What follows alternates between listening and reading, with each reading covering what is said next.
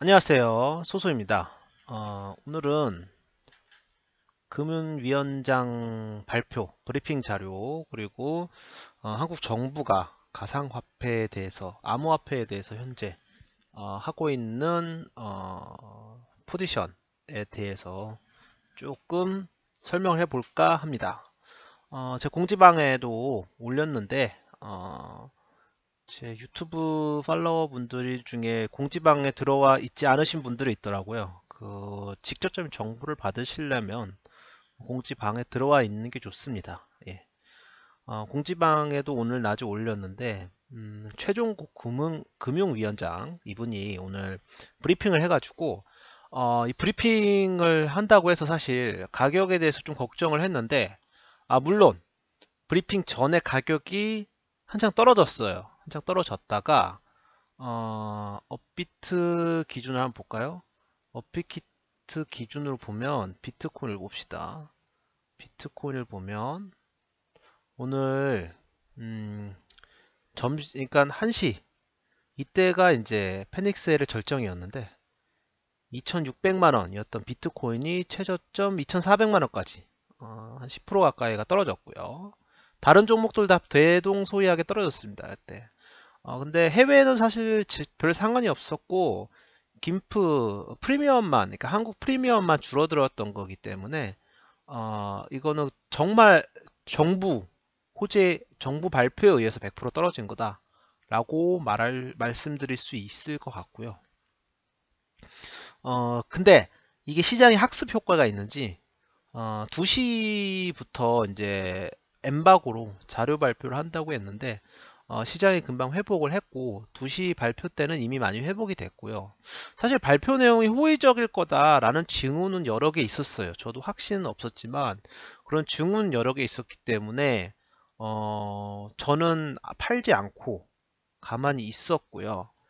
아마 사실 그것 때문이 아니더라도 뭐 나쁜 거였어도 가격에 큰 대세는 없을 거다 해서 좀 존버하긴 했는데 아마 뭐 이런 식으로 개미들이 팔면 또 세력들이 바닥에서 많이 샀을 거예요. 뭐 저희 생각이지만.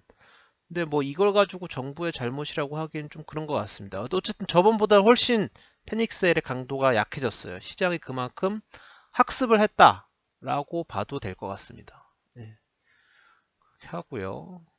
여기 이걸 좀 지워야겠네. 자, 아무튼 정부에서는 이제 기사들은 아직도 보면 검색을 하면 상당히 제목들은 자극적으로 많이 적어놨어요. 이런 식으로 제가 전문을 혹시 올린 곳이 있나 해서 검색을 해봤는데 딱히 전문을 한 데는 없는 것 같고 근데 불법 자금 그러니까 사실상 기사들은 상당히 아직도 나쁜 쪽, 부정적인 뉘앙스의 기사들이 대부분이에요. 제목도 최대한 자극적으로 하고.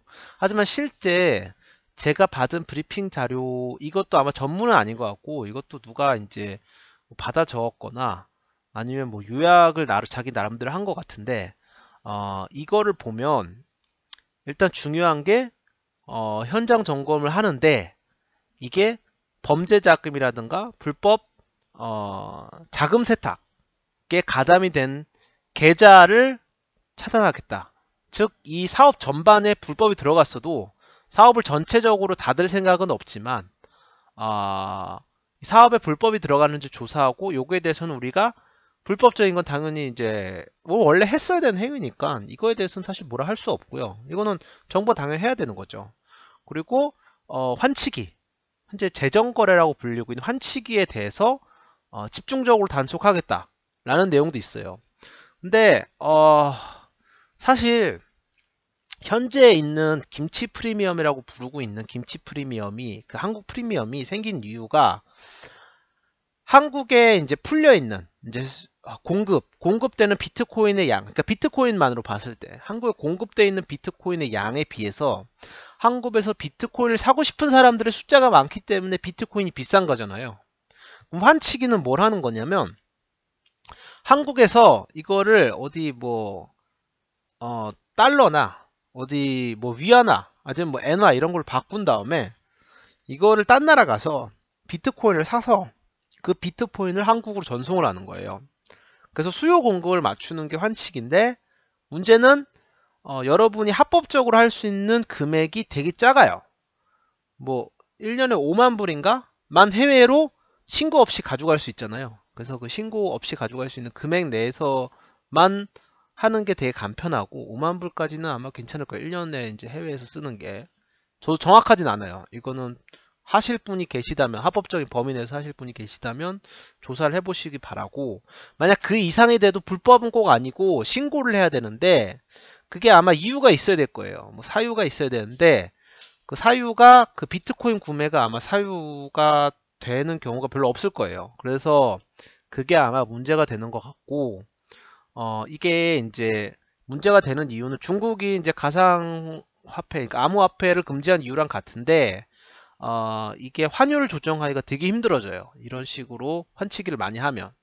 근데 환치기를 지금 잡겠다고 해가지고 사실은 제 생각에는 불법 환치기를 하던 많은 사람들이 평소보단 좀 몸을 사릴 확률이 높을 것 같은데, 왜냐하면 혹시라도 걸렸을 때는 걸린 사람 1호는 누가 봐도 이거는 아주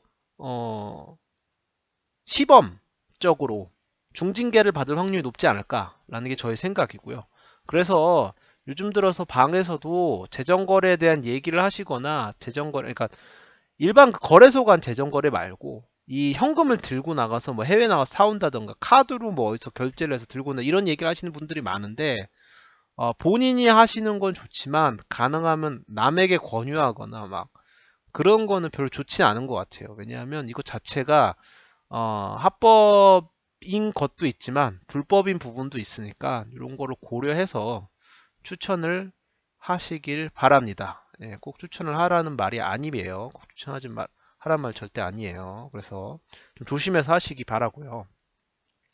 근데 제 걱정은 뭐냐면, 만약에 지금 수요 공급을 얘기했잖아요. 근데 이 환치기 상들 때문에 공급이 계속, 비트코인이 한국에 있는 비트코인 숫자가 늘어나는 건데, 만약에 말입니다. 그 환치기가 다 거의 근절이 됐어요. 그러니까 사실 개인이 뭐 5천만 불, 5천 불까지 하는 그런 거 말고, 5만 불까지 하는 거 말고 아주 조직적으로 대규모로 하는 사람들 있잖아요. 그런 사람들이 다 이제 안 한다. 이제 그러면 과연 김프가 사라질 수 있을까라는 생각이 드는 거예요. 모든 건 다 한때듯이 김프가 현재 50% 가까이 껴 있는데 그 50%가 당연히 없어질 거라고 저는 되게 오랫동안 생각을 했었어요. 김프가 없어지든 해외 가격이 올라가든 둘 중 하나가 될 것이다 라는 생각을 많이 했는데, 요즘 보니까 또 그게 잘못된 게 아닌가 하는 생각도 드는 것이, 이런 환치기를 집중적으로 단속을 한다면, 그 이게 누가 몇 명이라도 뭐 조직을 잡아내던 개인을 잡아내던 잡아내기 시작한다면, 그런 경우에는 이 수요와 공급 측면에서 공급이 굉장히 줄어들 수 있을 확률이 있다는 거예요. 평소보다도. 그러면 이제 거기다가 지금 1월 20일 날부터 이제 신규 인원을 이제 거래소가 받기 시작하는데, 그때 이제 신규 등록을 해서 또 비트코인이라든가 이런 걸 사는 사람들의 수요가 많아질 거다 하는 예측을 많이들 하고 있는 가운데, 현재 김치 프리미엄이 벌써 50%인데 과연 얼마까지 올라갈 것이며, 이게 과연, 그러니까 논리적으로는 이게 무너질 수가 없는데 이게 이성적으로 안 무너질 수 없거든요. 영원히 올라가는 건 없어요. 언젠가는 이게 또 맞춰지거든요.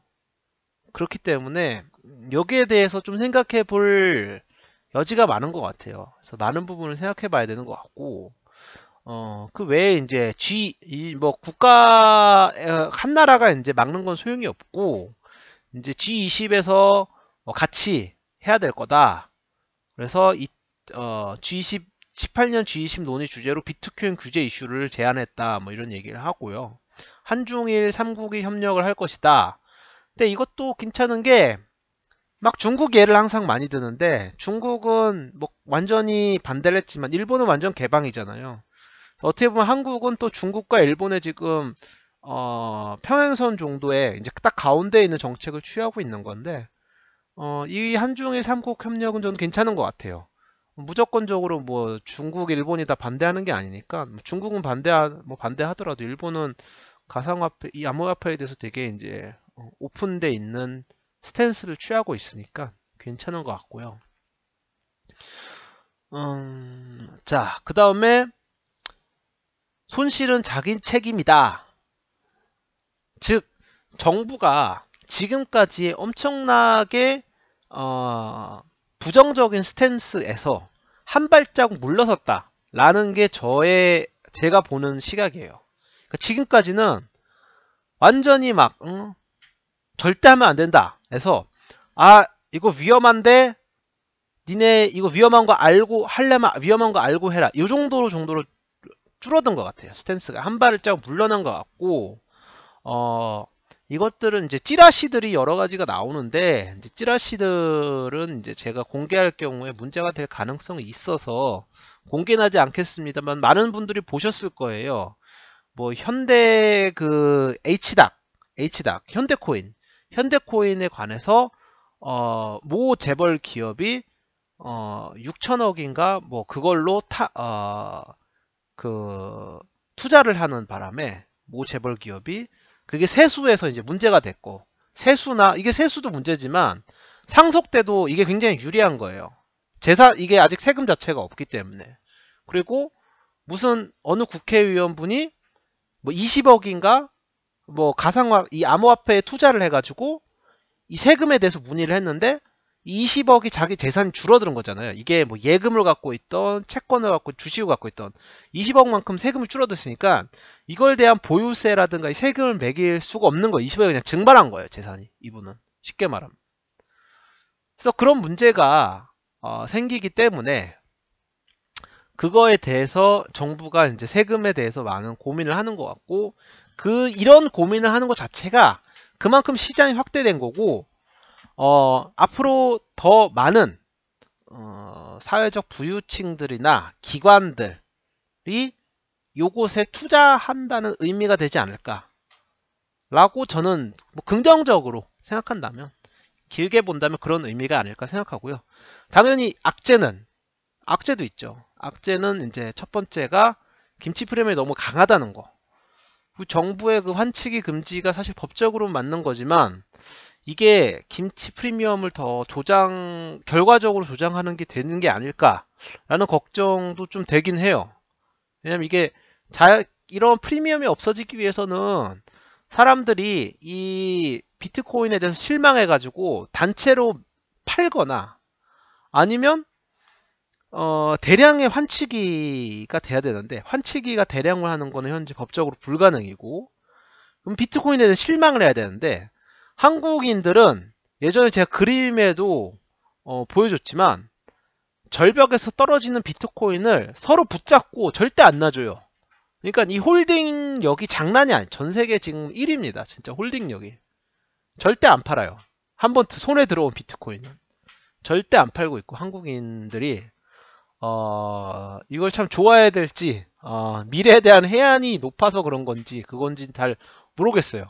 그래서 프리미엄 보면 저도 한 번씩 섬뜩하는데 무조건적으로 막 현금화라 라고 말하기가 어려운 부분이, 이게 김치 프리미엄이 높은 건 사실이고 위험한 것도 사실이지만, 또한 이걸 하루라도 더 오래 투자했을 때 생기는 이득금을 생각하면 또 어떻게 보면 잃는 게 별게 아닐 수도 있고, 그러니까 뭐 항상 정답은 일정 부분 비상금 정도는 현금화하라 정도가 정답이 아닐까 싶습니다. 근데 보시면 알지만 이 시장이 커진 이유 자체가 여기에 한번 들어간 돈은 다시 현금화 되지 않아요. 웬만하면 현금화 시키기 굉장히 힘듭니다, 사람이. 심리적으로. 왜냐하면 내가 팔고 나면 오르는데, 내가 여기다가 일주일 더, 한 달 더 했으면 2배, 3배가 되는데 내 돈이. 그걸 파는 게 쉽습니까?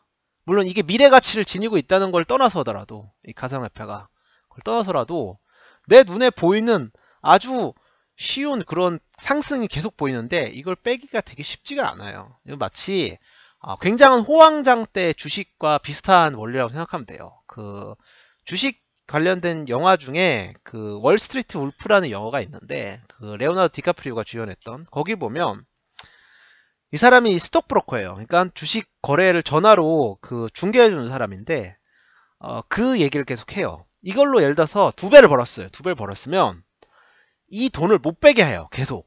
즉 이게 두 번 벌었어요. 선생님 이제 파세요. 한 다음에 근데 제가 이 추천 종목이 또 있어요. 예를 들어서 그러니까 어떻게 친다면 여러분들이 이더로 두 배를 벌었어요. 두 배를 벌은 다음에 제가 스탁 브로커를 하면 여러분 퀀텀으로 지금 들어가면 두 배 또 벌 수 있어요. 그래서 퀀텀이 또 됐어요. 여러분 지금 리플 들어가면 다섯 배 들어갈 수 있어요. 그래서 리플 또 들어가요. 그러니까 이런 식으로 들어간 돈이 다시 나오지는 않는 거예요.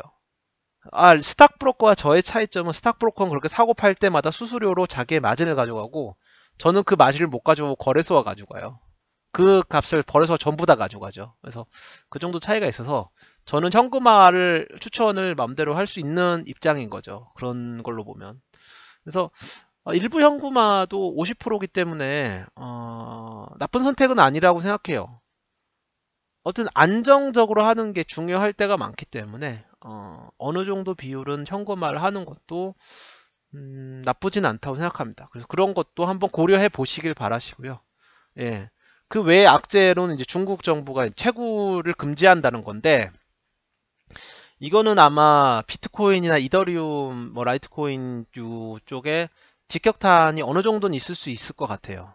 뭐 장기적인 건 아니겠지만 왜냐하면 중국 채굴 업체들이 대부분 저번에 이제 거래소를 닫을 때 이미 태국이나 뭐 일본 이런 등지로 대규모 채굴 단지를 조성을 많이 했거든요. 이런 거에 대비해서 많이 한 걸로 알고 있기 때문에 완전 최악인 상황은 아니겠지만 그래도 타격이 없을 순 없다. 정도로 이해하면 될 것 같고요. 예. 그런 것들이 현재로서의 그겁니다. 그래서 정부의 이 논조가 약간씩은 바뀌고 있다라는 게 느껴지는 게 처음 느낀 거는 이제 그것이 알고 싶다. 에서 많이 느꼈고요. 그것이 알고 싶다가 상당히 제가 보기엔 호의적이었어요. 방송이. 상당히 호의적이었고 가상화폐, 암호화폐 이제 단점에 대해서 얘기한 것도 그런 거래소들 특히 그 비거래소에 대해서 많이 나왔죠. 그 거래소의 서버 셧다운 이런 거에 대해서 굉장히 현실적인 단점이었고 그다음에 다단계 업체들이 여러분들이 온라인을 해서 잘 모르시지만 이 강남이나 이쪽 그 스타트업이 있는 데는 암호화폐 스타트업들 제대로 된 스타트업보다 다단계가 훨씬 많아요. 제가 알기로는 거의 한 건물에 두세 개씩 많은 곳은 막 그런 식으로 사무실이 있다는 얘기도 들었는데 저도 직접 가서 보는 건 아니지만 굉장히 심각한 수준이라고 알고 있어요. 그래서 되게 현실적인 다단계 이런 얘기라던가 되게 그러니까 암호화폐 미래 자체가 부정적이다. 이 시장 자체가 지금 우리가 미친 짓을 하는 거다. 이런 뉘앙스가 아니었어요. 그래서 그리고 암호화폐에 대해서 본인들이 기술적으로는 좀 잘 모른다라는 것도 솔직하게 인정을 했고요. 그래서 저는 굉장히 방송이 마음에 들었어요. 여러모로 방송이 마음에 들었고 조선일보에서 사설로 암호화폐 규제 같은 거를 막는 것도 좀 나쁜 거다라는 논조로 글을 쓴 것도 저는 의미가 있다고 봐요. 왜냐하면 이 신문 사설이 절대로 아무나 데려와서 아무나 글을 쓰는 게 아니거든요. 이것도 전부 다 계획된 거고 어떤 그런 논주 다 계획된 거예요. 그렇기 때문에 약간씩 이제 앞으로 한 1, 2주 동안에 방송과 이런 뉴스들을 계속 보시면 제 생각에는 조금씩 논조들이 암호화폐에 대해서는 약간씩은 더 호의적으로 변하지 않을까 라는 게 제 생각입니다. 아무튼 예전처럼 막 그 비트코인이 바다 이야기다 이 정도의 논지는 더 이상 방송에서 보긴 힘들 거라고 생각해요. 뭐 제 개인적인 의견입니다만 전 그렇게 생각합니다. 예. 그래서 오늘은 정부의 그 논평에 대해서 브리핑에 대해서 이 정도 방송하도록 하겠습니다. 오늘은 여기까지.